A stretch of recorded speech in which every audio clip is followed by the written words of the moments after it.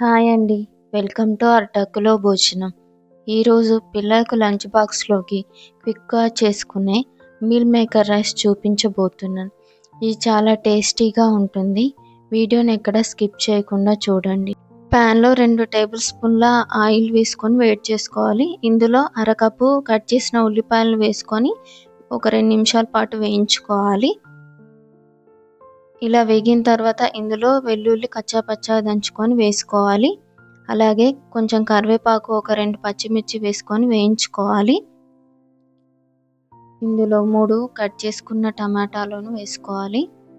వీటిని కలుపుకున్న తర్వాత ఓ 2 టేబుల్ స్పూన్ల బఠానీలు వేసుకొని వీటిని కూడా చక్కగా కలుపుకోవాలి. వీటిని ఒక 5 నిమిషాల పాటు మగ్గించుకోవాలి. ఇలా మగ్గిన తర్వాత అర స్పూన్ ధనియాల పొడి, పావు స్పూన్ పసుపు, అర స్పూన్ జీలకర్ర, ఒక స్పూన్ కసూరి మేతి వేసి ఒకసారి చక్కగా కలుపుకోవాలి. తర్వాత అర స్పూన్ కారము, అర స్పూన్ ఉప్పు, పావు స్పూన్ గరం మసాలా వేసుకొని మరొకసారి కలుపుకొని ముందుగానే నానబెట్టుకున్న మిల్ మేకర్ 1 కప్పు, అలాగే ముందుగానే ఉడికించుకున్న రైస్ని కూడా ఇందులో వేసుకొని చక్కగా కలుపుకోవాలి. ఇలా కలుపుకున్న అన్నం పైన మూత పెట్టుకొని ఒక 2 నిమిషాలు మగ్గించుకోవాలి. చివరగా ఇందులో కొత్తిమీర వేసేసుకొని కలిపేసుకోవాలండి.